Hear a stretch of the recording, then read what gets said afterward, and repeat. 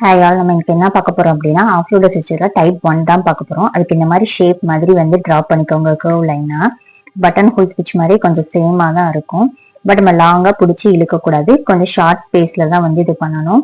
இப்போ இதுக்கு வந்து இது சென்டரா அந்த நாட் வந்து வரணும். கீழே லாக் ஸ்டிச் வந்து நம்ம போட தேவையில்ல, மேலேயும் போட தேவையில்ல, கீழேயும் போட தேவையில்ல.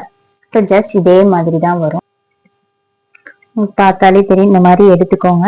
மேல ஒரு பஞ்ச் பண்ணிட்டு அதை அப்படியே சென்டர்ல வச்சு லூஸா வச்சுட்டு கீழே ஒரு பஞ்சு, மேல செயின் கொண்டு போய் அந்த லூப்பை சென்டரா வச்சுட்டு இங்க ஒண்ணு. நான் எங்கேயுமே மேலேயும் லாக் ஸ்டிச் போடல, கீழேயும் லாக் ஸ்டிச் போடல.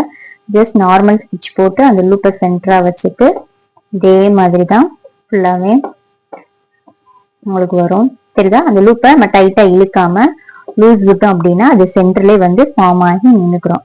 ஸோ அப்போ அது வந்து ஒரு பின்னல் மாதிரி வந்து நமக்கு வந்து தெரியும். இதுதான் ஆஃப் லோடர் ஸ்டிச்சோட டைப் 1.